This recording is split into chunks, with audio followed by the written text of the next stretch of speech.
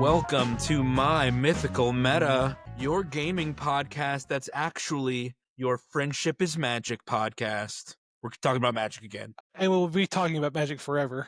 Probably so, yeah. That's probably not going to change. Although we do have a cool series in the works where we will only tangentially talk about Magic. We did our first R&D session for that last weekend. Oh, yeah, you're right. Yeah, you know what we're talking about now. Yeah, that'll be fun. Okay. Yeah. So that's a little something special in the pipeline. My name is Travis, and I'm joined this week by my brother Benjamin. Hello. And Derek. We're so glad to be back. We are continuing our Essential Concepts series today with part 2 of our Voltron strategy. In this episode, we're going to talk about the actual cards that are staples of the Voltron archetype. Just as a reminder, we are talking about EDH.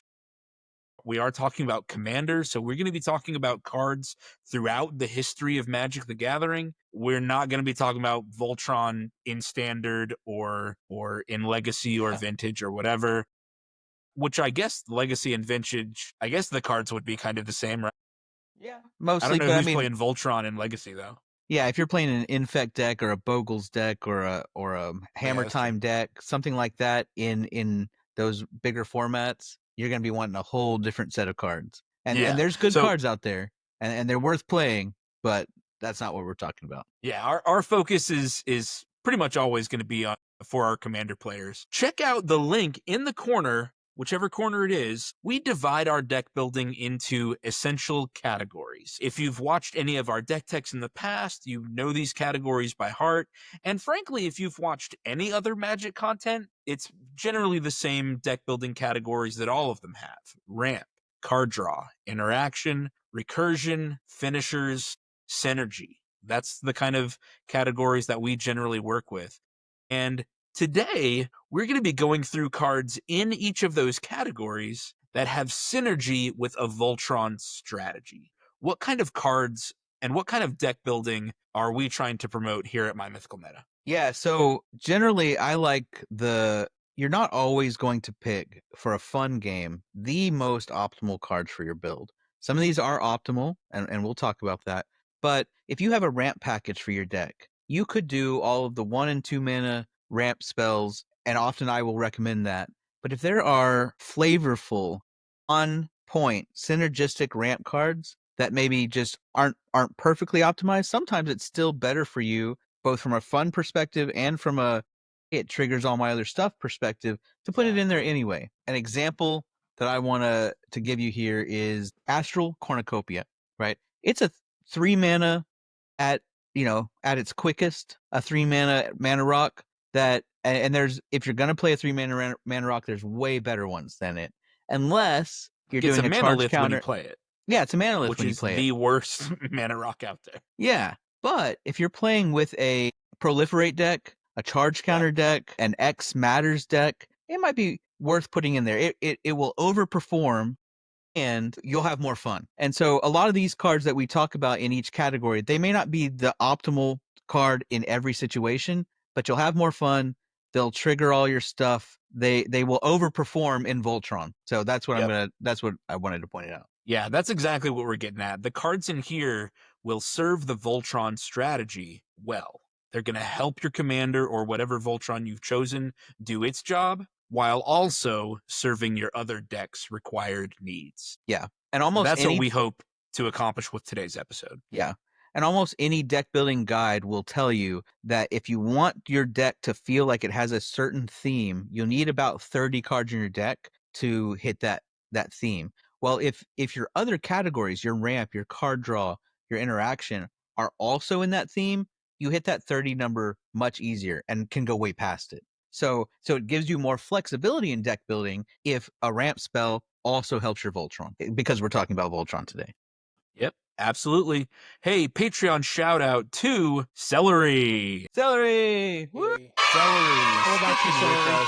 We're so glad you're here, Celery. Listeners, for more information about our Patreon perks, please check out patreon.com/mythicalmeta. Mythical Meta. Benjamin, where can people contact us directly with questions or topic requests or news from the Warfront posts? Well, they could buy something from Eldorado Gaming and then send us messages through but really, you can contact us at mymythicalmeta@gmail.com and we can answer your questions. If you want to arrange to get on the show, you have a deck tech question, anything, send us an email. Send us an email. All right.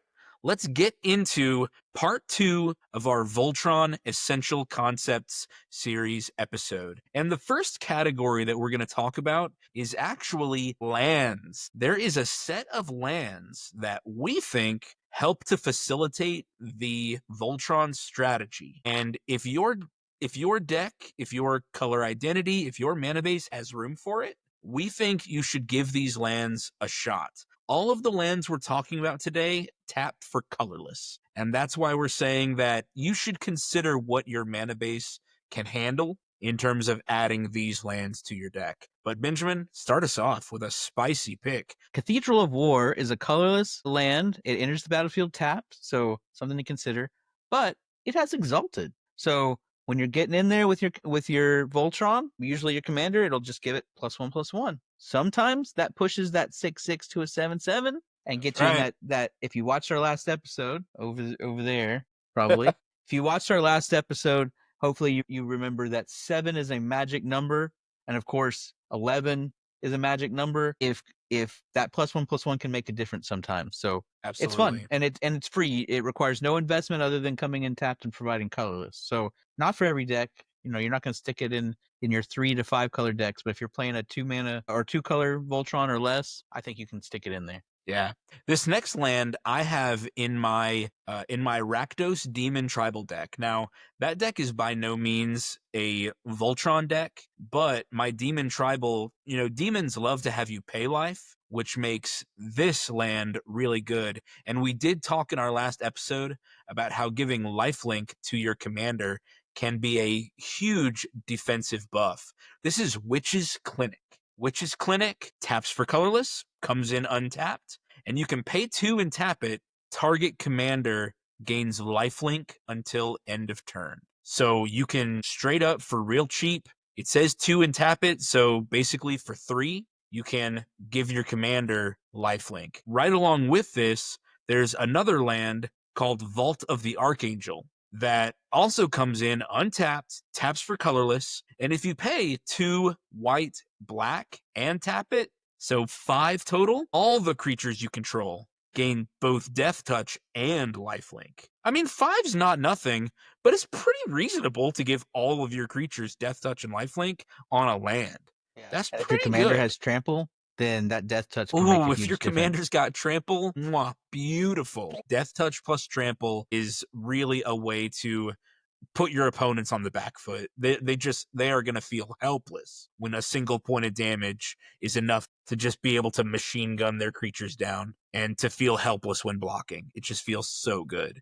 So lifelink is a great defensive buffer. Death Touch is great on offense. So Vault of the Archangel is going to be great for your Voltron. You're going to need both anyway. These next two kind of go hand in hand. They're both trying to accomplish the same thing. Kessig Wolf Run, it's a land that taps for colorless, or you can do green-red and then X, and then tap the land itself, where target creature gets +X/+0 and gains trample until end of turn. And then Rogue's Passage, another land that taps for colorless, or pay 4 and then tap the land, so 5 total. Target creature can't be blocked this turn. These both want to do the same thing, which is get your large creature in for big damage. Kessig Wolverine has the red-green, it has to be in at least a red-green deck, so you might want to use Rogue's Passage for other things. But these are both, trying to get those big kind of commander hits. For instance, my Geshath deck is not really a Voltron deck, but Geshath is the most important thing I can do in that deck. He has power 7. And he has power 7. And without trying or needing to be, he is a Voltron. Yeah. I ended up winning the game with Kessig Wolfrun because I didn't have anything I could do in my hand. I just pumped it all into Kessig Wolfrun, and I just obliterated someone. And then I just put, 10 dinosaurs on the field that was just unmanageable for my opponents. These are really good for getting those commander triggers that care about doing damage or, what have you. Dealing combat damage and Yeah. stuff like that. Yeah. And I you want to note mentioned, with Keswick Wolf Run that X can equal 0 if you want it to be. yeah, Yeah, to just give to your give it commander trample, red which and would green be and tap nice. and give it trample. Yeah. Very nice to have on a land. absolutely. The number of times rogues. There's also Skarg of the Rage Pits, which is like Keswick Wolf Run's little brother, which it taps for 1 colorless or red green, tap it. Target creature gets +1/+1 and gains trample until end of turn. So if you're a baller on a budget, or maybe you want both of them, I don't know. If you're only in red and green, you can afford it with the mana base. My Mythical Meadow, sponsored by HP. Yeah. Not really. Similar to Rogue's Passage Not yet. is the Black Gate, which taps for black and can come in untapped if you pay 3 life. If you're attacking the player with the most life, you only have to pay 1 and a black and tap it to say that target creature can't be blocked by the player with the most life. So in a Voltron, you're not necessarily trying to pick off the weakest player. If you can get your commander in on the player that has the most life, all the better, right? Deal that commander damage and knock them out. The number of times Rogue's Passage has gotten people in our meta, right? Everyone in our group. Everyone. And you can sandbag it too, right? You just hold that in your hand until the turn you're ready to get in, and they're scrambling, they build their army, they're like, finally some blockers. Not even Rogue's that. You could Passage. put it on the field like, maybe turn 3, turn 4. People will forget about it by turn 6. Yeah. Those 30-minute turns start coming around. It's been an hour since your last turn. I forgot what's over there. It's like, you know what? I'm gonna go ahead and pay 5 and knock someone's head off. All too common. So, like we said, if your deck's got the room for it, if your mana base can withstand a land that taps for colorless, and you're running Voltron, pick some of these up. Just toss it in there, because that extra added utility, that ability to get your commander in, the life gain, the exalted, the power boosts, these are all great ways to help your Voltron do what it needs to do. I think also these cards are all less than $1. None of them are like good enough for more than Or $1. most of them have been reprinted into oblivion. Rogue's Passage. Yeah, Black Keswick Wolf Gate Run. is $8. Yeah. Oh yeah, What? because that one came Oh, out in yeah, Lord of yeah. the Rings. That's Yeah, a special case. Yeah. Yeah. It was a specifically Tales of Middle-earth commander card. Mm-hmm. So yeah, that's a special case. All right, let's talk So- about ramp. Gotta keep the lands coming. Benjamin, start us off. Yeah, so the first are a category of equipment that when the equipped creature attacks, they let you search your library for a land and put them into play. So that's going to be Sword of the Animist, which costs 2 and then pay 2 to equip. Bitterhorn Nissa's Animus, which pay 3, costs 3 to equip, but it has living weapons. So you don't have to equip it to get that trigger. You can attack with the germ. It's a germ. But then once your germ dies, they take care of that. Stick it on your commander and keep going, right? Yep. And then the last one's going to be Sword of Hearth and Home, and we're going to mention several of these swords in this section. And actually, the swords are just really good. But Sword of Hearth and Home lets you flicker. If you have a utility creature, you can flicker it, but then also lets you search for a basic land card and put it into play. And it costs 3 to cast and 2 to equip. So all 3 of those, you put them on a creature and you attack, or with Sword of Hearth and Home, you have to deal combat damage. One thing on these swords, the swords of X and Y, if you are in those colors, so in this case, Sword of Hearth and Home also provides protection from green and from white.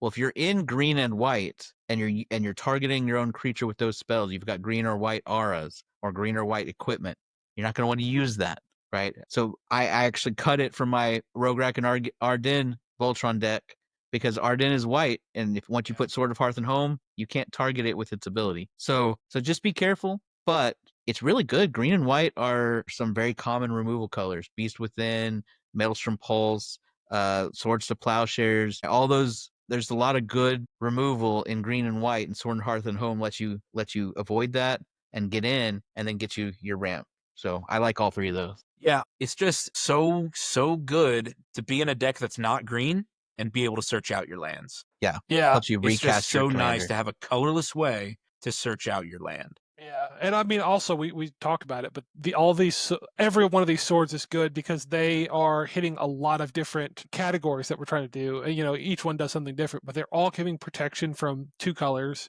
They're all giving a +2/+2 to your commander, which might be the difference between 3 hits, 4 hits, 2 hits, whatever it takes to get lethal. So, and they're all free on printer ink. So don't let them stop you. Yeah. I love this next one. I'd never seen it before until we started making this list. It's called Staff of Titania. It costs 2 for an artifact equipment. Equipped creature gets +X, where X is the number of forests you control. And it equips for 3. Man, does this mean that I have to be running a green deck? No. Because of this other ability. Whenever equipped creature attacks, create a 1/1 green forest dryad land creature token. This equipment, whenever you attack, creates a land. Yeah. It creates a land directly onto your battlefield. Now, that land is also a creature. It's a 1/1 green dryad. So watch out for things like board wipes. But that automatically gives the creature +1/+1. That first dryad that gets created gives the creature +1/+1. So all the better if you are playing a green Voltron. But if you're not, it's going to start generating its own power buff and give you some land that you can start using. Yeah, this card would go crazy in Thrun, being mono green. Yeah, I'm gonna it's in hit my you for Ashaya because I deck. would. Yeah, it would. Thrun costs, or the new Thrun costs 5. So come in, I get another land. So +6/+6, yeah. ideally. Yeah. Ooh. Plus that ramp, those new dryad creatures. Yeah, and I'm thinking like, obviously it's best in like a mono green deck or maybe even a 2-color deck. But there is that green Cabal or the green Urborg. Gaia like something? Gaia. Not Gaia's Cradle, but Gaia. Yeah, it's not Gaia's Cradle. It's some kind of Gaia Heart of Yavimaya? the Yavimaya sounds right. Cradle of Yavimaya or something. Oh, I think it is just Yavimaya. Well, while they're searching, it turns all your lands into forest. So Yavimaya Cradle of Growth. I knew Cradle was in there. Yavimaya so anyway, Cradle of turns all your- Growth can go in any deck, by the way. Oh, can it? You don't Okay. have to be in green. Yeah, lands aren't colored. Yeah, so as long as they don't have a symbol on them, and Yavimaya does not, it can go in any deck. Nice. So yeah, turn all your lands into forest, and suddenly any deck apparently can get this massive boost. Yeah. Let's also do Sword of Forge and Frontier. Cost 3, 2 to equip. Crypt creature gets +2/+2 protection from red and from green this time. Whenever equipped creature deals combat damage to a player, exile the top 2 cards of your library. You may play those cards this turn, and you may play an additional land this turn. It's got that red impulsive draw ability where it exiles 2 cards and you can cast them. So if you're looking for a little card draw, you can use this sword for that too. But then we've lumped it here for ramp because you can play an additional land each turn. Yeah. And When it deals importantly, combat damage. yeah. And it's getting those off the top of your deck. So if you have a land in the top 2, Sword of Forge and Frontier is going to let you play them. So you can kind of sandbag the lands in your hand if you want. It's kind of nice. Yeah, it's very good. One of my favorite cards I try to slam in every deck I have is Bear Umbra. Oh yeah. Green, and 2 for enchantment aura. Enchanted creature gets +2/+2 and has whenever this creature attacks, untap all lands you control. And then it's got Umbra armor, which is if enchanted creature would be destroyed, instead remove all damage from it and destroy this aura. So it'll take the hit for your commander one time. Yeah. This card is so rad. It really is. Let's say I'm playing Thrun. I go to attack, then I get to untap. Maybe I played that enchantment or that artifact and attached it that gave me all my forest or whatever. I'm tapped out, but then I can untap and then start playing other stuff that people aren't thinking about. Yeah. Or leave up if I'm protection. Huh? Or it untaps your mana for protection. Yes, yeah. I was gonna say also combat tricks. This is an attack trigger, so before damage is done, you untap all your lands, you start blam, blam, blam, blam, blam, +3, +5, +6, whatever kind of instance you got to blow someone out. Mm-hmm. To consider it as like Bear Umbra costs 4, that's a substantial portion of your lands at any portion of the game. Mm-hmm. But you get to attack and get those four lands back. Like the turn you play it, it's free. Yeah. Yeah. I mean, that's pretty nice. Yeah, it's great. If you've got more than 4 lands, it can give you that. It gives you that mana back because let's say you can tap 6, spend 2 on something else, and 4 on Bear Umbra, then untap all 6 of it. So you had access to 4 for Bear Umbra, 8 other mana. Yeah.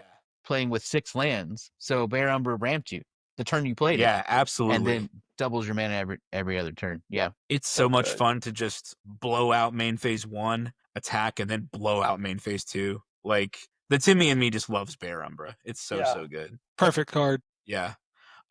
Sword of Feast and Famine has a similar effect. Cast for 3, equips for 2, +2/+2, protection from black and green this time. When it deals combat damage, that player discards a card, yikes, and you untap all lands you control. So it gives you that same untap all your lands that Bear Umbra does. Brutal. I want to do these next ones. There's a whole bunch of equipment that when you deal combat damage, they create treasure tokens. There's a bunch of them. Yeah, there's a bunch of them. Gold Vein Pick, Diamond Pickaxe, Beamtown Beamstick. But the one I really want to focus on here is the Reaver Cleaver. It's amazing. It costs 2 in a red, so 3 for legendary artifact equipment. Says equipped creature gets +1/+1 and trample, though it's important. And whenever this creature deals combat damage to a player or planeswalker, create that many treasure tokens. It costs 3 to equip. So it's a little pricey to get on to your commander, but the nice thing is, like, let's say you have something your commander costs 4. You play the Reaver Cleaver on turn 3. You play your commander on turn 4. Then when your commander is ready to attack on turn 5, you can equip the Reaver Cleaver and get in there. And it's giving it that trample, and then you're going to create a whole bunch of treasure tokens. Yeah. It's very nice. There is a mana dork that is worth talking about. 2 mana dorks that are worth talking about in our Voltron episode, and that's Noble Hierarch and Ignoble Hierarch. Both of these mana dorks tap for 3 different colors. Noble Hierarch taps for green, white, or blue. Ignoble Hierarch taps for red, black, or green. So they both tap for green. And I think Ignoble Hierarch costs 1 green also. Yeah. But what's cool about Noble and Ignoble Hierarch is they have Exalted. So if your commander, if your Voltron is attacking alone, it's going to get that power buff. So if you're running Bant or Jund or 4 or 5 color, think about Noble and Ignoble Hierarch also. One last one is Ordeal of Nylea. I wouldn't put it in every deck because it is slow. It costs 1 in a green for an enchantment aura. The enchant creature, whenever an enchanted creature attacks, you put a +1/+1 counter on it. Then if it has 3 or more +1/+1 counters on it, you sacrifice this aura. And when you sacrifice it, and we'll come back to this in a second, when you sacrifice it, search your library for up to 2 basic land cards, put them onto the battlefield tapped, then shuffle. So I do like ramp that can pay for itself. So in this case, Ordeal of Nylea costs 2 and gets you 2. It doesn't say you have to sacrifice it to its own ability. So if you have anything that sacrifices permanent or sacrifices enchantments, or you can sacrifice Ordeal of Nylea immediately to get the lands. Also, if you have a commander or your Voltron is focused on counters, you can play Ordeal of Nylea and attack. It doesn't say you have to get 3 counters from it. If it has 3 or more counters on it, you sacrifice it. So for example, in Grismold, which is getting counters every turn a lot, Ordeal of Nylea, I'm going to pay 2. I'm going to get an additional counter swing and immediately get 2 lands the turn I play it. So, like I said, it doesn't go in every deck, but if you have a way to trigger it the turn you play it, it's worth it. Yeah, I'm thinking off the top of my head, this would be a good card for obviously anything that's like green enchantress that cares about auras and stuff like that. But Corval, the first one, when he attacks, he can sacrifice. He needs to sacrifice a permanent to attack. So, get the counter from it, then sacrifice it, get the 2 lands, and get the counter from his ability. Yeah, that'd be great. And I think you also draw a card when you do that too. Yeah. So it becomes his deck, and then there's that mono green guy. What was he? Is the ogre I was talking to you guys about? Yeah. Kosei, Penitent Overlord. Yeah. Be good for him since it's getting auras and it's an enchantment and a counter. Yeah, enchantment and a counter, so it's doubling up on his ability. Yeah, I like it. Very good. That's our ramp section, the cards that we think are especially good and synergistic with the general Voltron thing. Now, like we said, some of these we would only use for certain types of Voltrons, like Ordeal of Nylea. So obviously, do your own deck building. You still need to consider whatever synergy and whatever strategy your Voltron is going with. And this is also not those are some ways to get ahead on mana. Yeah. What did you say, Benjamin? I'm saying this is not to say don't play Soul Ring either, right? You play your good cards too, but maybe consider switching out a Cultivate for a Sword of the Animist to get you there. Yeah, absolutely. Our next major category is card draw. You've got to get that deck velocity. Like we always say, you need to be churning through your deck so that you can see the winning cards. And that's what this section is all about, is getting through your deck and seeing more and more cards. I'll go ahead and do this first one. We just talked about Ordeal of Nylea for lands. Ordeal of Thassa is for card draw. It's the same general thing. It costs 1 and a blue this time for an enchant creature aura, and it does the same thing. Whenever it attacks, you put a +1/+1 counter on it, and if it has 3 or more +1/+1 counters, you sacrifice it. This time, when you sacrifice Ordeal of Thassa, draw 2 cards. So I would say the same thing that we just did with Ordeal of Nylea. You play this if you have another way to sack it early. You don't want to spend 3 turns hoping you'll get 3 attacks off with your Voltron in order to draw 2 cards. Yeah. But if you've got a way to sneak around that, either that sacrifice or that third +1/+1 counter, and you've got ways to speed that up, then this is good. 2 mana, 2 cards, that's good. Yeah. Yeah. Usually the going rate for 1 card in blue is 2 mana. So getting a heck of a deal if you can sneak around the ability there. This next card, your boy loves a deal, and kind of my, I guess, claim to fame in the meta is that I like to cheat things out, big things out for free. Rishkar's Expertise, green and 4 for sorcery. Draw cards equal to the greatest power among creatures you control. You may cast a spell with mana value 5 or less in your hand without paying its mana cost. Woo! I've never whiffed on this. Like, I'm in green, so most of my creatures are 6, 7, 8, power or whatever. And what a great card, because I don't know, you're getting ideally like 11 mana's worth of things. You get 6 mana for Rishkar's Expertise, and ideally you want to cast something that's at 5 for maximum value. Just a powerhouse of a card. Yeah, like it's just so good. Yeah. To draw cards of whatever your most powerful thing is, be at 7 when you cast this. Be at power 7. Yeah. We have this card here if you're playing Voltron. So you've put all your effort into powering up one creature. That power's got to be high, right? Mm-hmm. I'm not running Rishkar's Expertise if my most powerful creature in my deck is power 4. Like I'm not paying 6 to. Well, do I pay 6 to draw 4 and then cast a 5-drop for free? I don't. I mean, Rishkar's Expertise is good, but so you can't good. count. But it's powered up in a Voltron where instead of drawing 4, you're drawing 6, 7, 8. Yeah, absolutely. It's powered up in a Voltron. That's why you want to play it. I love Momentous Fall. Yeah. It is 2 green for an instant. Guys, people are going to come for your Voltron. They're going to come for it. Every game, every time. And if you play with Benjamin, it doesn't matter how hexproof or warded up your commander is. Okay, they're going to make you sacrifice it instead. Momentous Fall says, I'll sacrifice it first. Okay, as an additional cost to cast Momentous Fall, you have to sacrifice a creature. And then you draw cards equal to the sacrificed creature's power. It's going to get got. Might as well draw something off from it. You might as well get yours. Get yours. Yeah. Get what's coming to you so that you can get it back. So that you can start the train over again. Momentous Fall is really good. Probably really good if you're playing Yargle and Multani. Yeah. Wow. Yeah. Well, I think you read the first part, but I don't know if you read the second part. Draw cards equal to the sacrificed creature's power, and then you gain life equal to its toughness. Yeah. This was a hot little tech I had in my Omnath Locus of Mana deck. I have like a 10/10 Omnath. He himself is 1/1, so I play this in response to him dying, and now I've got 5 mana. I have 5 mana floating. Yeah, so you got to spend.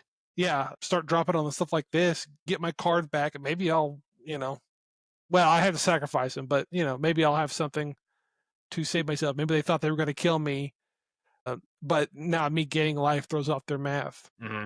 Along the same lines, Greater Good does something similar. You sacrifice a creature. It's an enchantment that costs 2 green, just like Momentous Fall. You draw cards equal to the sacrificed creature's power, but then you have to discard 3 cards. So you don't have to hold up the mana. You can play it early. Makes them not want to kill your creature, but because they know you're just going to draw cards from it instead. Yeah. But yeah, Momentous Fall, they're willing to do it. You get them to waste a removal spell, and then you draw a bunch of cards and gain a bunch of life. So I love it. Yeah, man. Any Go Tall deck that I make in green is always going to have these 2 cards: Hunter's Insight. Always, every single time.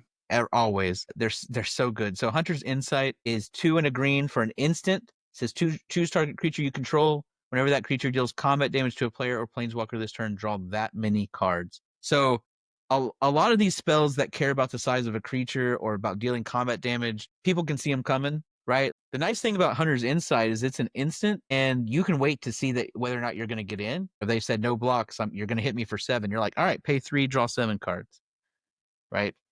And that's not to say that they can't respond, but it's so powerful to be able to draw cards equal to your commander's power because someone didn't block it or because it has trample and death touch or something.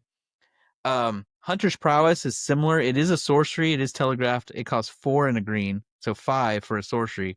But until end of turn, target creature gets +3/+3 and trample. And whenever this creature deals combat damage to a player, draw that many cards. So now it gives it a way to get in. It's got trample. It makes it +3/+3. You're going to be drawing a bunch of cards with Hunter's Prowess. The only problem is that it costs so much with 5 mana, and it's a sorcery, which is super telegraphed. Yeah. But still, yeah, I find a myself pretty good not card. putting Hunter's Prowess in many decks. Yeah, you Just gotta because have a that's gonna big take creature. that's gonna take main phase 1 almost completely up. Yeah. And then it's that opportunity saying, okay, everybody's got a chance to stop me. And when there's 3 other players, somebody can stop you. That's fair. I could see replacing this with Return of the Wild Speaker. As long as your commander's easy. not human, Return of the Wild Speaker is 4 and a green. Says either draw cards equal to the greatest power among non-human creatures you control, or non-human creatures you control get +3/+3 till end of turn. So it has that versatility where it can be a pump spell when you need it, but most of the time you're just gonna instant speed, pay 5, and draw cards equal to your draw a bunch of cards for 5. And I like that it's an instant. So normally I would take Risk Card's Expertise for the free card play, but Return of the Wild Speaker costs 1 less and it's instant speed. So there's value there. Yeah. So next we have, I guess these depend on, what type of Voltron you want to do. If you're doing like a mainly artifact or mainly enchantment or something like that, there's SRAM, Senior Edificer. He's white and 1 for a Dwarf Advisor 2/2. Whenever you cast an aura, equipment, or vehicle spell, draw a card. He's a good engine that way. Comes out early. He's a good Voltron commander by himself. And then if you're doing the equipment route, there's Pure Steel Paladin, which is white, another early game drop. Human Knight 2/2. Whenever an equipment enters the battlefield under your control, you may draw a card. And then a little fun thing at the bottom here, Metalcraft, equipment you control have equipped 0 as long as you control 3 or more artifacts. That's super easy if you build it around it. We're talking Soul Rings, Arcane Signets, all that stuff.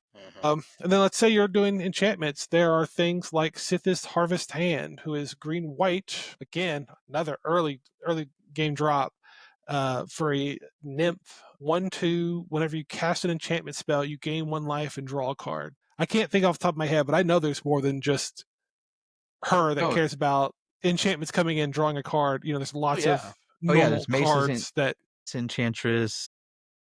Durin Enchantress. Enchantress Present. Eidolon Blossom. Satyr Enchanter. Yeah, there's a whole bunch of these. Yeah. And that's something we mentioned in our first Voltron episode. Yeah. There is a lot of support for enchantments in this form. Plenty of card draw engines available for you if you're going to run enchantments or auras. Yeah, the options are there for you guys to, kind of pick and choose what kind of flavor of Voltron you want to be. Yeah.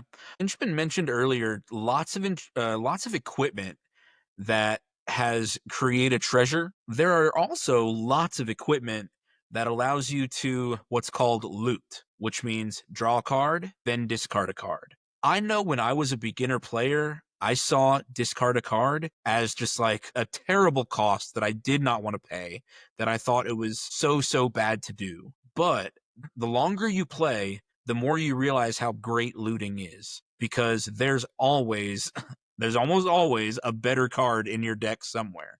There's almost always a better hand of 7 that you could have.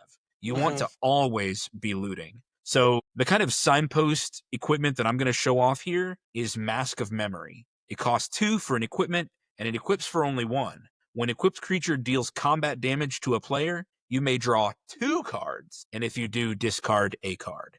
So you are up a card, you got to draw 2, and discard the worst card in your hand that you wouldn't have played anyway. But like I said, there's lots of equipment that does this. I think there's some boots that grant haste that do it. There's some boots that grant flying that do it.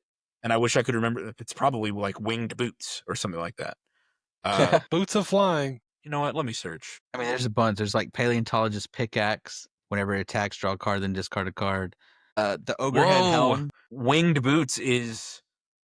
Whoa, y'all, this is really good. It should go in another section, but I'm going to throw it in here now. 1 and a blue for an equipment that equips for 1. Equipped creature has flying and ward 4. Why even bother? It's just hexproof. I mean, technically, it's better than hexproof because if they target you and can't pay the ward price, the spell's countered. Yeah, but Now we're not as cutthroat as that, but if you're playing with some real Enchantments, they'll get you on that one. Sorry, it wasn't. So it's not Winged Boots. No, it's Zephyr Boots. Is it Winged It's Sandals? Zephyr Boots. Zephyr Boots. Yeah. Zephyr Boots. Flying, when it deals combat damage to a player, draw a card, then discard a card. So this effect is out there, and y'all, it's good. I was surprised that blood tokens were good in the newest Innistrad set.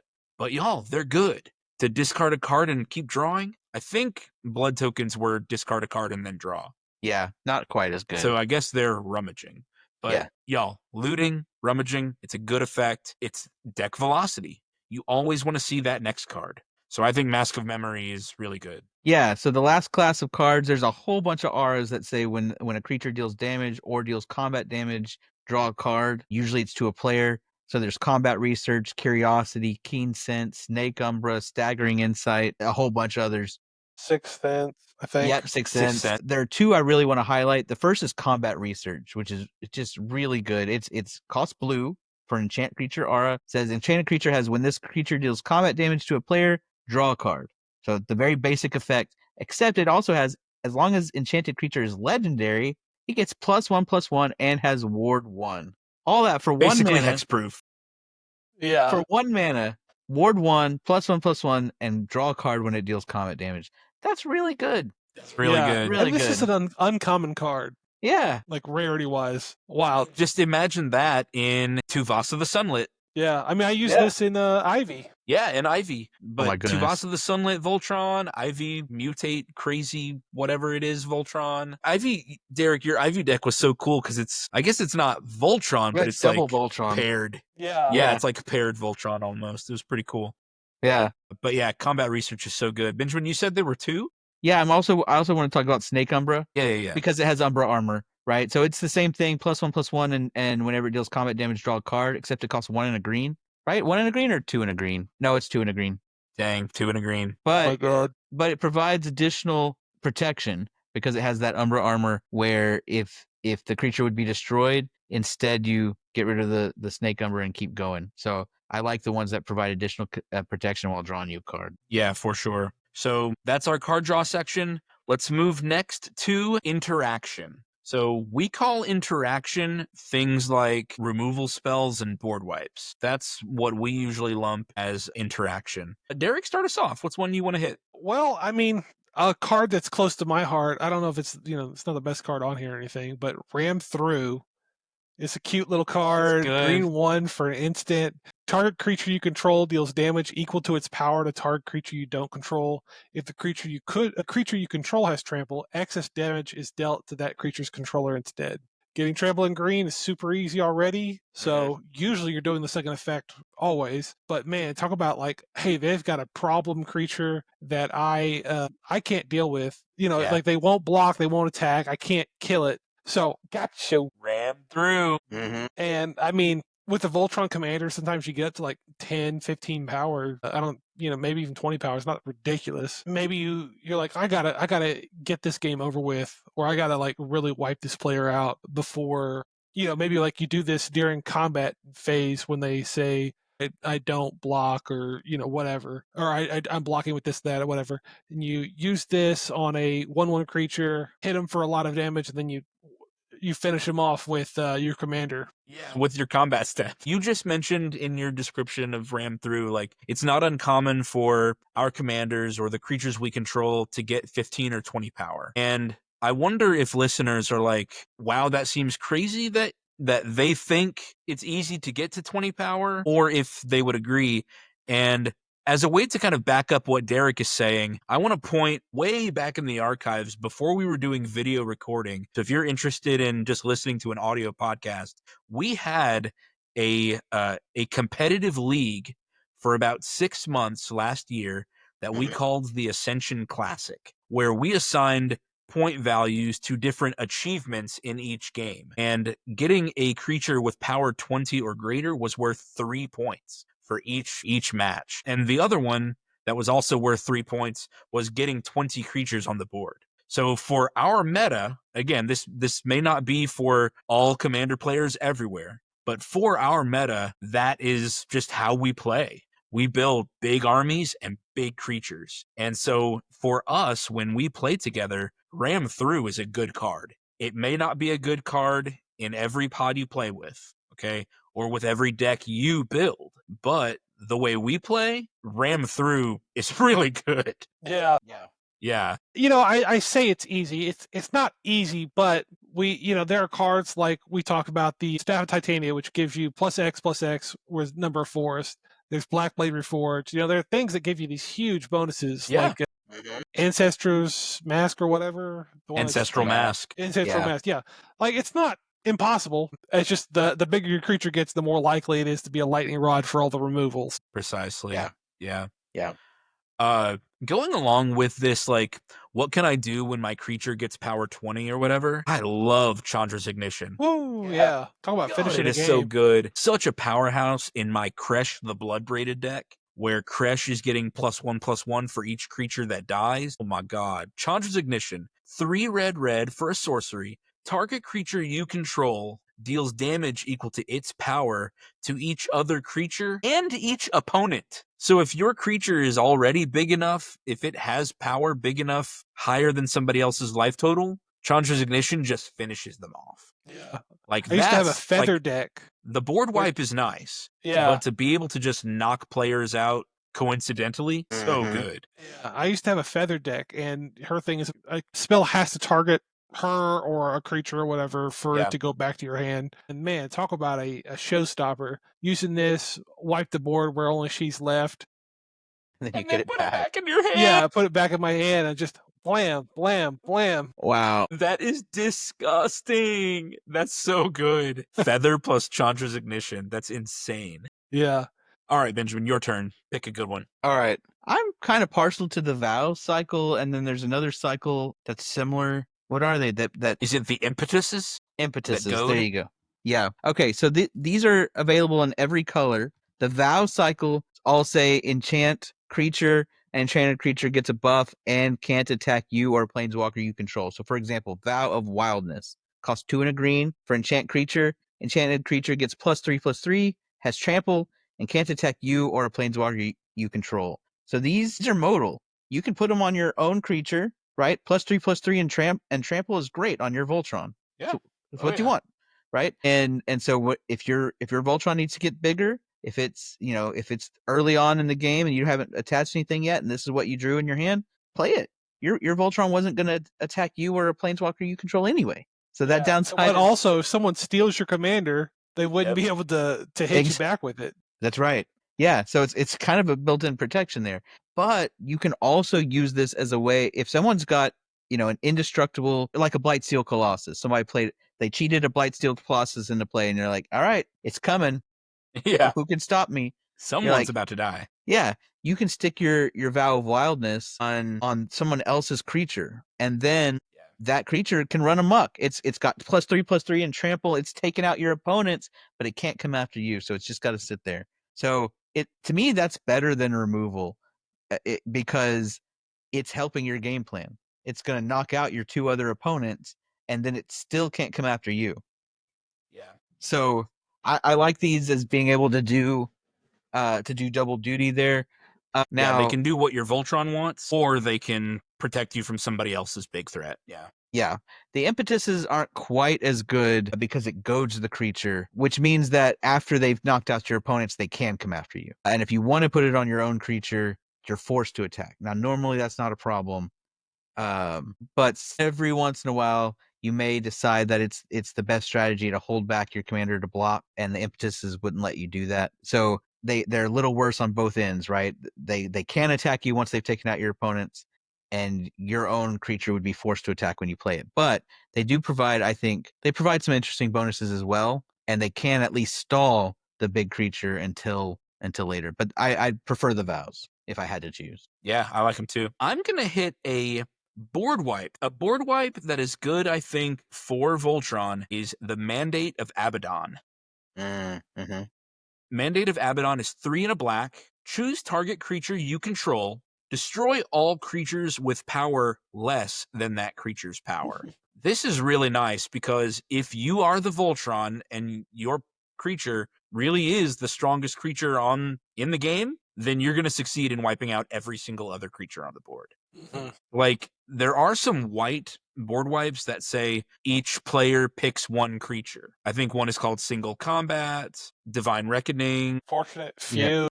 Yeah, Tragic Arrogance. Tragic Arrogance. So there are some others that do that effect, but they all leave your opponent with one creature too. Mandate of Abaddon says, no, I was the biggest, and so everyone else is gone. And I like that a lot. And the nice thing is, even if someone does have a creature bigger than you, it still clears out all the little jump blockers. Now they have to block with serious stuff. You might be able to combat trick your way through it or whatever. So, They might be more enticed now that someone's open to hit someone else instead. Or maybe they've got a Gashath and they want to get their trigger off or something like that. Yeah. Great point. Yeah.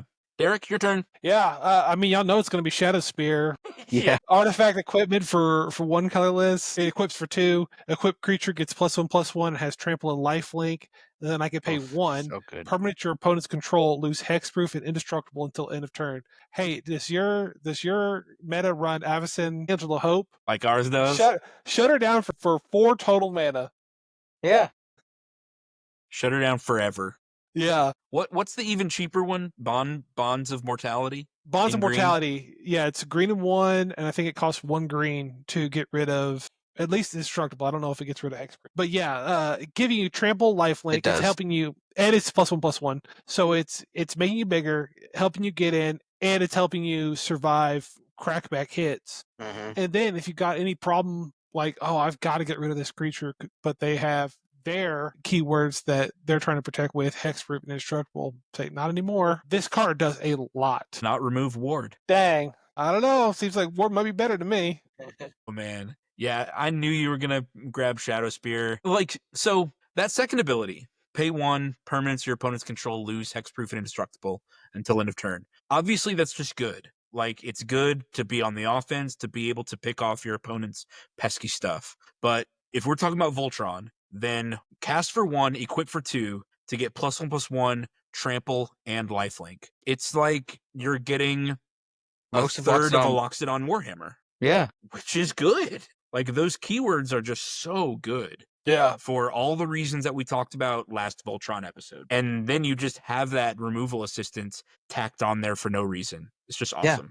It's like anti-Voltron tech to put into your Voltron deck. Yeah, it's also, it kind of deters people from, let's say that Avacyn Angel of Hope player wants to run all their board wipes. Well, now they're like, I don't want to because she cost 8 and they will activate that. She will die to my own board wipe. So, Yes. Yeah. All right. I'm going to group a bunch of these together. There are a lot of equipments. I think there's some enchantments too, but mainly equipments that say when you deal combat damage to a player, then you get to destroy something. There's Hammer of Ruin that says when you deal combat damage to a player, you destroy an equipment that player controls. There's Blazing Sunsteel, costs 1 in a red, equips for 4, gives your creature +1/+1 for each opponent you have. So that's better in Commander. Usually it'll give them +3. And it says when equipped creature is dealt damage, you deal that much damage to any target. This one is really fun because now if they block, you can do that damage to your opponent anyway, right? If they block your, with a 6/6 to prevent 6 trample damage, just go ahead and do it anyway, right? To your opponent. Or you say, hey, I need to get in with this creature, but I want to pick off that other creature. Will you throw a token in front of my creature so I can deal a bunch of damage over here? So you can play politics with it, or I guess it would deal 1 damage. But you can throw around damage this way, allow your opponents to sacrifice creatures to help you pick off targets. But yeah, it makes blocking your creature really difficult because if they throw enough in front of your creature to kill it, then you're about to spread a bunch of damage around. Mm-hmm. So I like that one. Imagine And you might as well just point it wall. all at the player you attacked and say, if you block with enough stuff to kill my creature, you die. Yeah. You are out. It's going to be the same as not blocking at all. Right. It's like better unblockable, in my opinion, because you have the flexibility. Can I go ahead and do the last one too? Yeah. All right. This one is hard. You need a way to either cheat on mana, cheat on equip, or you're playing a bunch of ramp, but I love it. And that's Argentum Armor. It costs 6 to play, 6 to equip, but it gives the equipped creature +6/+6. So as long as your creature had 1 native power, it'll knock it up to 7. If it's, if it has at least 5 power, it's knocking it up to 11. Now it's a 2-turn clock, right? All that. +6/+6. And whenever it attacks, destroy target permanent. It's flexible. Whatever is keeping you from winning the game, suit up your commander with Argentum Armor, swing, and get rid of it. Destroy their Maze of Ith. Yeah. They can tap it in response, but still. They could, but now Maze of Ith is a big problem for the number of times that I have failed with a Voltron because someone had Maze of Ith plus Shadow Sphere. Yeah. And It's just tough. So Argentum Armor can get rid of those things. Mhm. It can get rid of things that say that players can't be attacked. Things like a Glacial Chasm, things like that. Sphere of You swing at safety. an opponent. You swing, Sphere of Safety. Propaganda. Ghostly Prison. You swing at one of your open opponents. You destroy the thing that's keeping you from attacking the other opponent. Yeah. So Argentum Armor, it's great. It beefs up your guy. Yeah. If you have the capacity to pay the 6 twice, Yeah. It's a tall order, but there are It ways around it, like that Pure Steel Paladin we mentioned earlier. Yep. Yeah. Sigarda's Aid.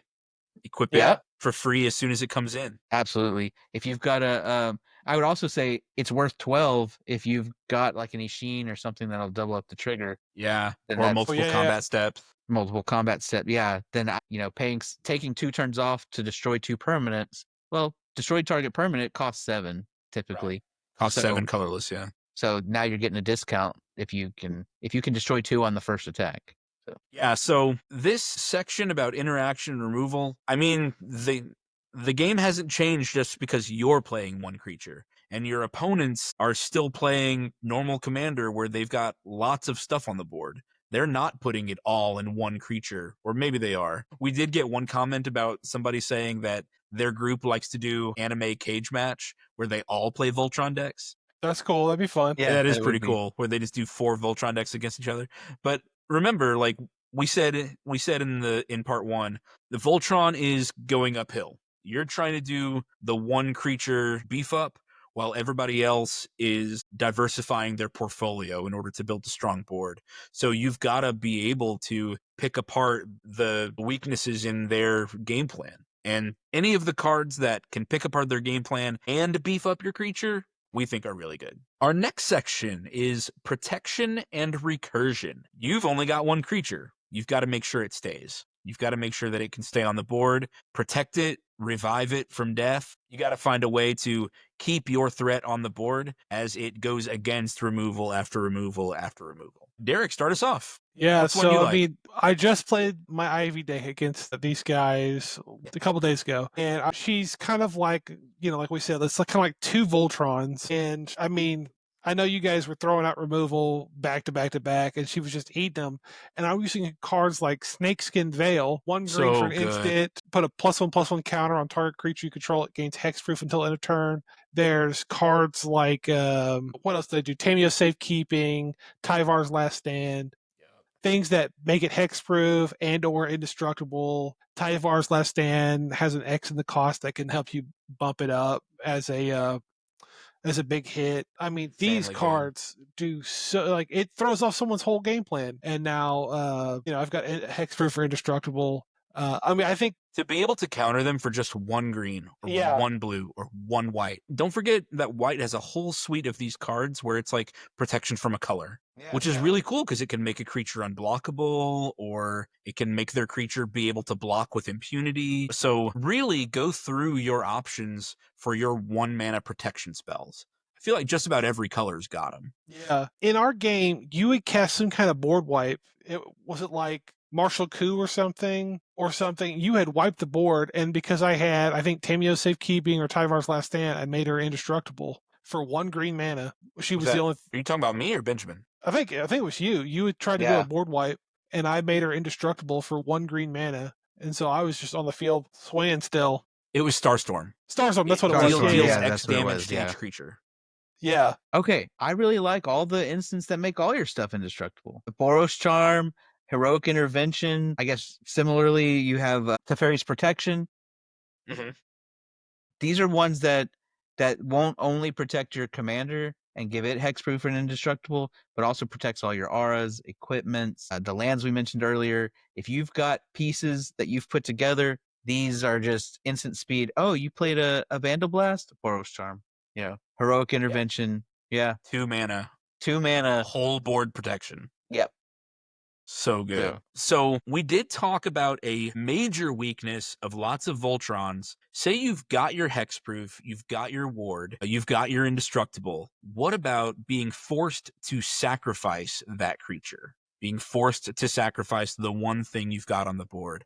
Well, we've got some protection for that too. We mentioned last episode Sigarda, Host of Herons, who has a big native ability that says spells and abilities your opponents control can't cause you to sacrifice permanents. Sigarda costs 2 green, green, white Green, white, white. for a 5/5 flying hexproof that says people can't force you to sacrifice stuff. Well, there's also Tajuru Preserver that costs 1 and a green. This is a 2/1 elf shaman that has the same anti-sacrifice ability. Spells and abilities your opponents control can't cause you to sacrifice permanents. And then there is an equipment that does this also. It doesn't protect all your creatures, but it does protect whatever it's equipped to, and that's called Assault Suit. Assault Suit, Derek, make sure I get this right. Costs 4 to play, I think so. 4 to equip, 3 to equip. 3 to equip. Equipped creature gets +2/+2 haste, can't attack you or planeswalkers you control, and can't be sacrificed. Assault Suit, I mean, you could play it just for the power buff, the haste, and can't be sacrificed. Mm-hmm. But the reason that clause is even there is because of this. At the beginning of each opponent's upkeep, you can have that player gain control of the equipped creature until the end of turn. Untap it. Because Assault Suit grants haste, now your opponent can swing with your Voltron, but they can't sacrifice it away. So, a very cool equipment that can protect your creature from being sacrificed by anyone. A little awesome tech that we mentioned last episode is putting this on creatures like Thrun or Zergo that say this creature is indestructible during your turn. Well, if that creature changes controllers, then it's always, quote, your turn. Yeah. And so they're always indestructible. Very cool card. Yeah, for the next one, this is kind of a stand-in for a huge swath of cards, but we've got Cryptic Command, blue, blue, blue, and 1 for an instant. This has got a modal thing, so it's choose 2, counter target spell, always good, return target permanent to its owner's hand, tap all creatures your opponents control, draw a card. This one does a lot for a Voltron player. Tapping all creatures your opponents control can let you get in. Drawing a card is always nice. Return target permanent to its owner's hand. Maybe you want to save your commander or your Voltron commander for so you don't have to send it back to the command zone and pay extra tax. Mm-hmm. Or there's something problematic on their the opponent's team or the opponent's board that you want to get rid of. And then counter target spell. Glacial I mean, Chasm. every counter target spell is going to be some of the best removal you can get in the game at any point. If your Voltron's blue, you should run a suite of counterspells. Yeah. Because that's going to be the best protection you have. Benjamin plays Fleshbag Marauder, counterspell. You just got to have trigger discipline with counter spells. Yeah. You know, pick the battles you want to fight because Yeah, as that's true. a Voltron, you're going to be eating a ton of stuff, and you got to make sure you can catch them all or as many as you can. Mm-hmm. We could do an entire episode about how to counterspell. We really Yeah. could, yeah. I mean, there's a lot of pro players with a lot of good advice about how to counterspell. The rule of thumb that I've always done is, am I going to lose the game from that spell? If the answer is yes, I should counter it. If not, then I'll just try my best. I wanted to mention a bunch of boots. So we did mention earlier the Zephyr boots that give, what did they give? Flying Flying and loot. loot, yeah. Flying and loot.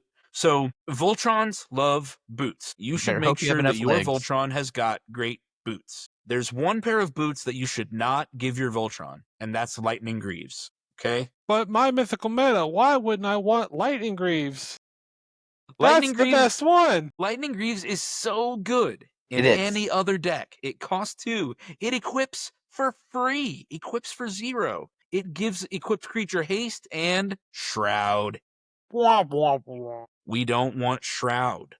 Okay, your Voltron needs to be able to be targeted by you. You need to be able to give it auras and equipments, whatever you're working with. So you should look instead at Swiftfoot Boots. Equips for 1. You gotta, like we said, the Voltrons are doing an uphill battle. You need to pay 1 to equip and give it hexproof instead. Benjamin, tell me about Lava Spur Boots. Lava Spur Boots, it's like a mini Swiftfoot Boots. It only costs 1 and 1 to equip, gives haste and ward 1. Haste and ward 1. We mentioned Winged Boots earlier in the show. Costs 1 and a blue and 1 to equip. Equipped creature has flying and ward 4. So it's not the haste, but a much more powerful ward, still for that same low price of 2 to cast, 1 to equip. Now, Lava Spur Boots does give +1/+0, so it's really good. Yeah. Yeah, I think Lava Spur Boots are great and so stylish. I mean, I'm looking at these Lightning Grooves, the new art. I guess that's from Duskmourn. Looks good. I like it. They look like tennis shoes. I think they literally are. I think looks like a tracksuit or some track. Somebody's just got their Air Force Ones and magic. It won't be long. Yeah, the Nike secret lair. Yeah, the Air Jordan secret lair. Yeah. It'll be there. It'll come up soon enough. Benjamin, tell us about Silent Arbiter. Yeah. So when you're playing Voltron, you're gonna usually be attacking with 1 creature, the main creature, right? And that, as we've talked about in our last episode, often leaves you vulnerable to crackbacks, and swarm blocking can often be a problem. Silent Arbiter really solves that. It says no more than 1 creature can attack. Well, you're fine with that. But if someone's playing a token deck or playing a bunch of 4/4 beasts or whatever, just normal magic that's not going all in on one creature, then you're winning that race, right? You're swinging with something that can kill them every turn, and they're swinging with something that can't kill you every turn. So it protects you from alpha strikes while still letting you get in like normal. And it has no more than 1 creature can block each combat, meaning that if you've got trample, you're getting in. Or if you've got menace, you're getting in, right? It helps you get in where they can't throw a bunch of creatures. And if you have the biggest creature, even if you don't have evasion, it means your creature's not going to die because they can't double or triple block to kill your creature. So Silent Arbiter does a lot of work in a Voltron deck. There are similar ones. There's like Stoic Angel. I think that says you can only untap 1 creature a turn. There's Crawl Space that says no more than 2 creatures can attack you. If you like this effect, there's also Miri Weatherlight Duelist, who has essentially this ability as a. I mean, you could build her certainly as a Voltron. It's based on her. Yeah. If Miri is tapped, opponents can only attack with 1 creature, something like that. Yeah, and yeah. if Miri is attacking, they can only block with 1 creature. Yeah. Interesting. I do like this. So when she attacks, they can't block with more than 1 creature, and as long as she's tapped, they can't attack. There you go. It's a Silent Arbiter in your command zone that you can build Voltron. Cool. Certainly pretty good. Yeah. It helps do a lot of the legwork for Voltron. There you go. And you can stick Miri into your Voltron deck. Doesn't hurt. Cool. Yeah. All right. So quick, do the last one because you kill us all the time with this card. Do that last one. Okay, yeah. Well, I wasn't sure if I wanted to include it, but I will because Benjamin fought for it. If you're building Voltron and you've decided to go the aura route, there are lots of good auras, especially in white and green, that are cheap and make great protection. I love Spirit Mantle. This is, I mean, it can't be expensive, can it? It's been printed a lot, I think. Oh, wow. It's $4 in some places. $2.50. Yeah. Okay, here's $1.77 on the list. All right, so about $2. I was not expecting that. That's more than I expected to see. Spirit Mantle is an enchantment for 1 and a white. Enchant creature aura. Enchanted creature gets +1/+1 and has protection from creatures. So good to make your creature be able to attack or block with impunity. It cannot be targeted, cannot be damaged, cannot be blocked by creatures. It's just so good. So any creature that's got some targeted ability, Benjamin used to have an Olivia Voldaren deck that loved to be able to bite your creature, make it a vampire, and then take control of it. Well, if Uriel the Miststalker has Spirit Mantle, safe. Well, he was safe anyway. Oh, he had hexproof. Never mind. But anyway, Spirit Mantle's just really good. Man, I don't know what else to say about it. But for 2 mana to have pro creatures, it's just really good. Can't be blocked. Get in there. And I did mention earlier that white not only has instants that give protection from colors, but white has a couple of enchantments that do this too. Flickering Ward is good. Mm-hmm.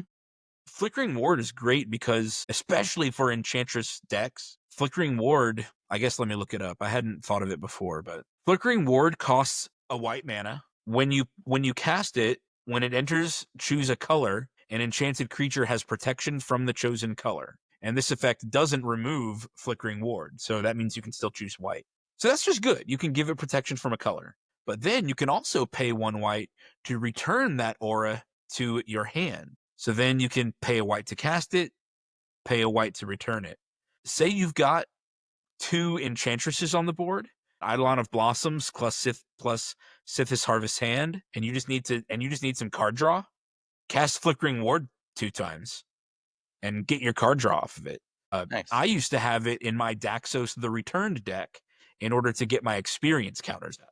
Yeah. So good. I mean, protection from a color is never bad. Whatever your opponents are playing, choose that color. Yeah, just really good. So Flickering Ward, Spirit Mantle. Derek, do the last one. Yeah, so this is something that no one really takes seriously in Commander games until it happens true. to them. I remember people being this meta giving me a hard time about fogs, but yeah, here it is. Fog. This is just the catch-all for these type effects. Fog costs 1 green. It's an instant. Prevent all combat damage that would be dealt this turn. As a primarily green player, you swing out and people think, oh yeah, he's got nothing there. I'm gonna swing everything I got and wipe him out. Psych! Uno reverse. Hit him with the fog. They just wasted their combat step. You're protected. It's great. In my Thrun deck, I have like 5 or 6 fogs, and every time they think I'm out of fogs, surprise, I've got one more. Yeah, there's one more. Surprise. There's one, man. I don't know if it's the free commander one or if it's a different one. But Obscuring Haze is the free commander one. Yeah, I can't remember the exact words of it, but one of them is like prevent combat damage your opponents do. So it's still, you can deal the damage back. Mm-hmm. As a That is blocker. Obscuring Haze. Yeah. If you control a Oh, yeah. commander, you can cast it without paying its mana cost. Prevent all damage that would be dealt this turn by creatures your opponents control. So Sick. Yeah. That's awesome. I love fogs. They don't get the respect they deserve. They're not great, but they are pretty fun. So this is quite a robust category. Protection, recursion, you got to have it, unfortunately. Yeah. I feel like in other archetypes, you don't need to devote as much deck space to this. I have decks where I don't put anything in here. Yeah.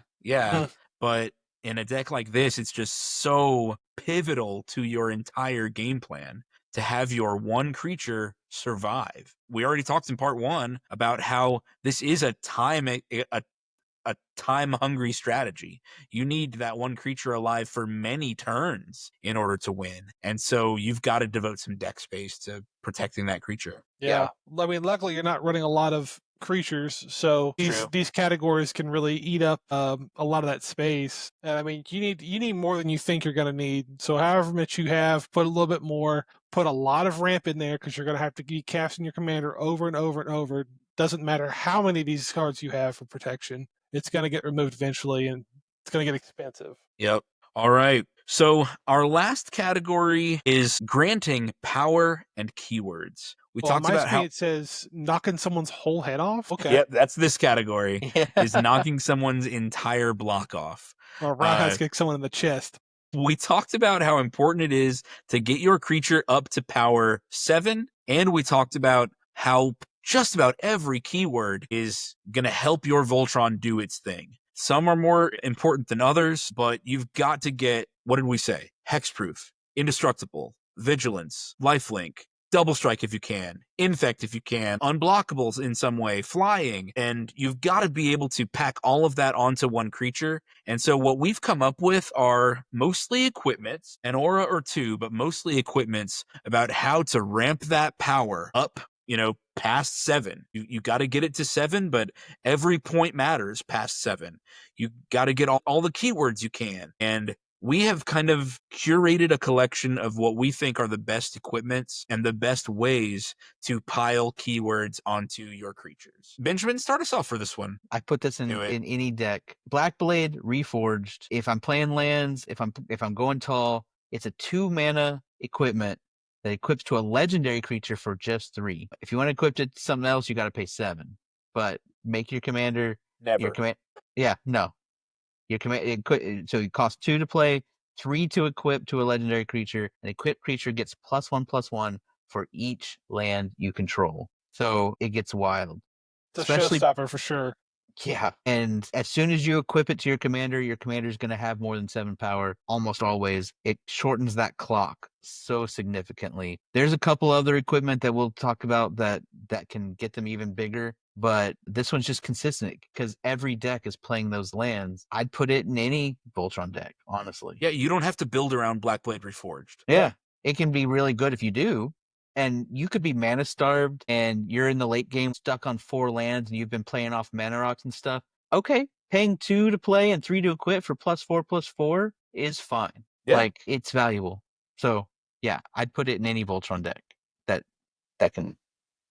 If you can get to Yeah, 3 very good. lands, I'd play it. Derek, you want to do the infect ones? Sure. Here's our stand-in for infect cards. Grafted Exoskeleton is an equipment for 4. It costs I wish 2 to Randy equip. were here. Randy loves grafted He loves it. exoskeleton. It's a little pet card of his. Yeah. Equip for 2. Equipped creature gets +2/+2 and has infect. Which, remember, you only need 10 infect counters on a player to kill them. Whenever it becomes unattached from a permanent, sacrifice that permanent. Ideally, you don't want your commander to die, but I've never seen that matter. Yeah, I honestly haven't either, because if they're getting rid of your commander, you're dying I've never anyways. moved grafted exoskeleton once I equipped it. Yeah. So there's also like Triumph of the Hordes, which gives, I think it's green, 2, gives +1/+1, trample, and infect as a To sorcery. all of your creatures. Yeah, all your creatures. Yeah. That's my pet card. I love that card. Tainted Strike is a black infect card that gives a creature infect. And I can't remember what Phyresis does. Is it an aura? Phyresis is an aura that costs black and 1 that gives enchanted creature infect. Oh, that's the one with like the hyena with like the thing. Yeah. Yeah. So I mean, infect is going to be your quickest. Like we said, it's a time-intensive thing. This is going to be your quickest way to do it. Yep. You might get sneers and instantly target it, but I promise you, playing a Voltron commander, they were already instantly targeting you already. They saw your 15/15 commander. Nothing else mattered to them. What's the so difference? You might as well, play the heel, play the villain that Yeah. they want to see. Yeah, absolutely. So I don't know. It's not necessarily a pet card of mine, but I find myself turning to this particular equipment in lots and lots of decks, and that's Sword of Vengeance. Yeah. Just because of the sheer number of keywords it grants that I find to be really good. So Sword of Vengeance costs 3 and 3 to equip. Equipped creature gets +2/+0 and has First Strike, Vigilance, Trample, and Haste. I just find that to be really good. In decks that aren't Voltron, I can move it to the creature I played that turn for a reasonable cost. Pay 3, and now that creature's got haste, but it's also got First Strike, Vigilance, Trample. It's almost like I can turn any creature into a 1-turn Voltron because it's going to get a power buff and an amazing suite of keywords that are going to make it a great attacker and to keep it on defense, to have both Vigilance and First Strike. Yeah. So it's going to be a really great good. defender too. So I like Sword of Vengeance a lot. Let me at the same time go ahead and do Loxodon Warhammer. Loxodon Warhammer also costs 3 to equip. Equipped creature gets +3/+0 and has Trample and Lifelink. That life you gain from attacking is going to be the defense if you don't have a blocker up, or the fact that you only have 1 blocker up. That lifelink is the rest of your defense. It is the rest of your blockers. So we think Loxodon Warhammer, and I know you guys still play it, right? Yeah. You guys still Yeah. put it in decks occasionally. Yeah. Again, even in decks that aren't dedicated Voltron decks, Loxodon Warhammer is just good.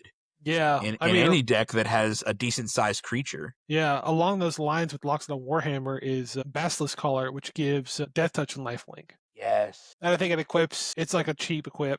Maybe like Yeah, 1 to Basilisk equip and Collar like 2 to cast doesn't or cost something. very much. Hey, they reprinted it in Foundations. It's only $3 now. All right. Yeah, brother. A little less, but it costs 1 and equips for 2 to give Death Touch and Lifelink.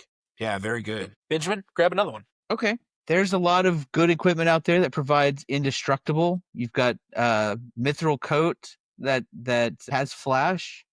and when it enters, you attach it to a legendary creature you control. So that's a nice way to save your commander, and then it always has indestructible. But the one I really want to focus on is Hammer of Nazan. It's a 4-mana equipment, equips for 4, but whenever it or another equipment enters the battlefield under your control, you can attach that equipment to target creature you control. So the first equip is free.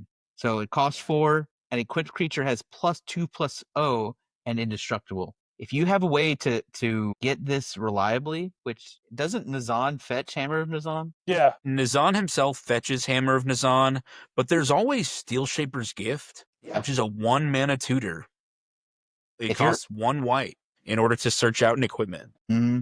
There's another one that costs 2, 1 and a white. Open the Armory. Open the Armory. If you're playing those cards because you have special equipment, Hammer of Nazan is almost always the first one I grab because it can cheat on all the other equip costs. So it provides indestructible to your Voltron, boosts their power, and lets you cheat on equip costs. It's a good way to supercharge like Argentum Armor that we mentioned before. Exactly. 6 equip costs. Cheat it with Hammer of Nazan.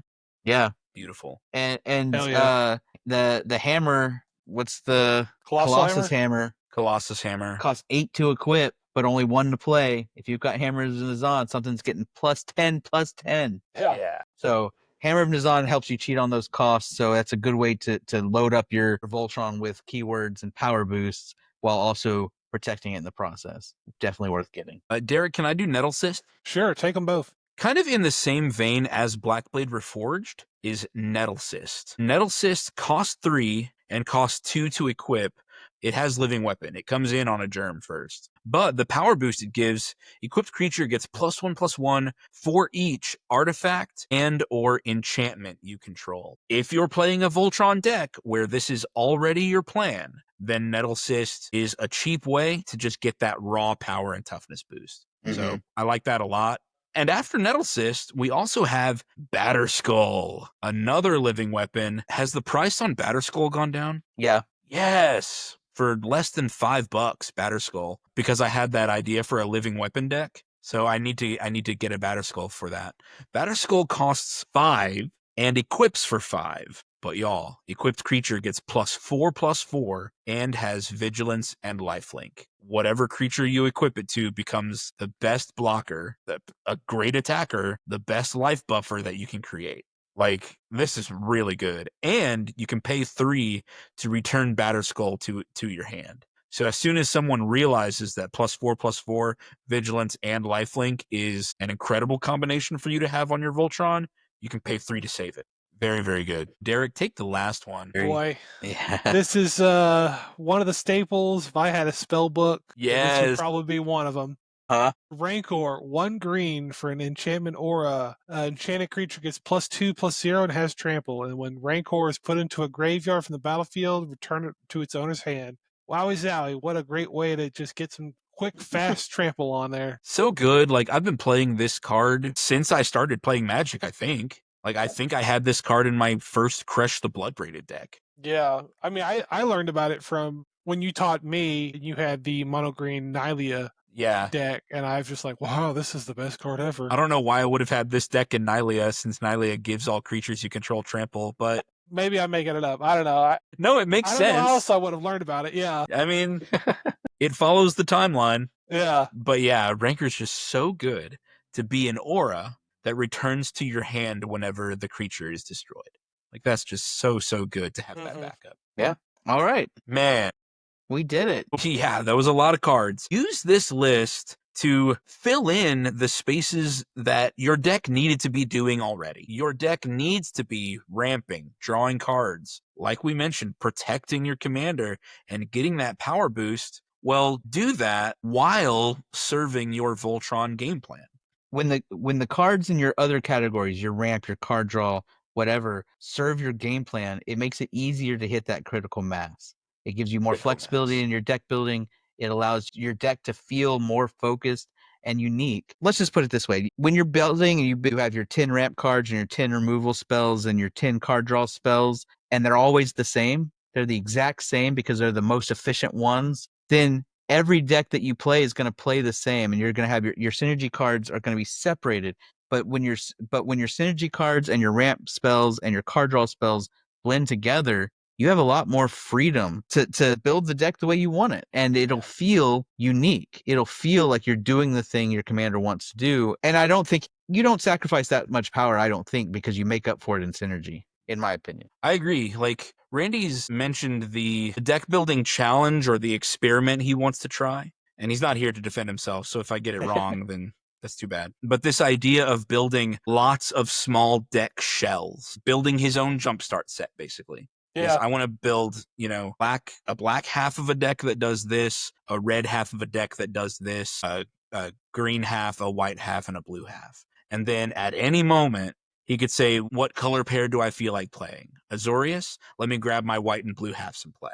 Well, when you build in the way we're talking about, the deck is it's gonna flow better because all of the pieces are meant to work together. All of the pieces are meant to have that synergy rather than feeling disjointed. Benjamin, Derek, did either of you ever have the experience of actually doing jumpstart games? Of grabbing 2 jumpstart packs and just going? I never played. I did buy some. Yeah. You and I think. Benjamin, how about you? Jumpstart. Yeah. Yeah, you and I did. I played some with a kid at school back when I was teaching.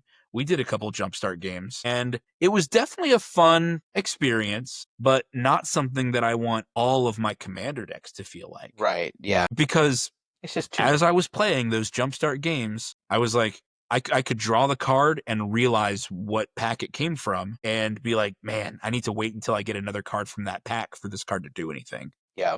Because if I draw a card from my unicorn pack, it's not going to do anything with my sacrifice pack. Yeah. Like, they want me to be playing sacrifice unicorns, but none of the unicorn cards care about being sacrificed, and none of my sacrifice cards care about unicorns. So I just have to wait to get the right cards I need. But in the deck building that we're talking about, all of your cards are meant to be working together, and they're all contributing to the same game plan. Anyway, so that's kind of our word of wisdom segment for today. Is there anything that you guys want to add about the Voltron archetype? These are going to be our final words on Voltron before we move to a new essential concept. I mean, I said it earlier, but boy, run way more ramp that you think you'll need, way more card draw, way more protection of indestructible hexproof types. Your commander, no matter how hard to try, is going to get removed, and you need to have it's only one creature. As the tax goes up, you need to not be in a spot where you cannot cast your commander because it's been removed so many times. You need to really crank out some mana, especially so you could play another, multiple things at once. It might feel bad to my creature's already indestructible, and I drew a new thing that adds indestructible. I mean, you're going to want it because you're going to need it later. I think a really common way for especially for beginners to play is to try to play as many of the cards in their hand as possible. And Voltron really rewards you for sitting on your hand and just playing what you need right now. So that's what you were saying is you say you're going to want it. Yeah, just tuck that away. You've already got Hammer of Nazan. Just hold on to your Mithril Coat. It's just, you don't got to play it right now. Yep. Yeah. Because when somebody removes Hammer of Nazan, then you play Mithril Coat and save your dude when you needed to. Benjamin, Derek, thank you so much for what I think is a great start to a great series. We've gotten a lot of traction online, a lot of interest on people wanting to see how different archetypes are played, the pros and cons, the cards that synergize with these archetypes. And I'm really excited to just get into the mud and talk Magic with you guys. These 2 episodes have been a lot of fun for me. I know, Derek, you mentioned that, wow, I kind of felt energized after that podcast episode. Yeah. After that recording. To talk about and think about. Yeah, it's fun to use what we've gained after a decade of playing and talk about it as if we're experts.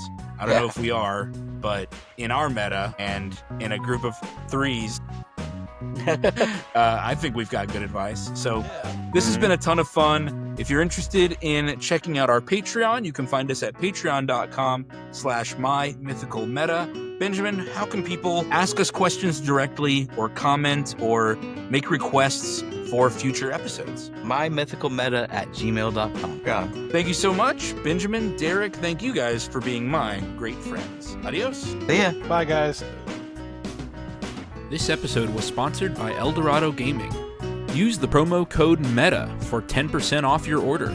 Please like, comment, subscribe, and share. This episode was edited by me, Travis Konishek, and our intro and outro music is by Tyler Heath of the Oh Hellos.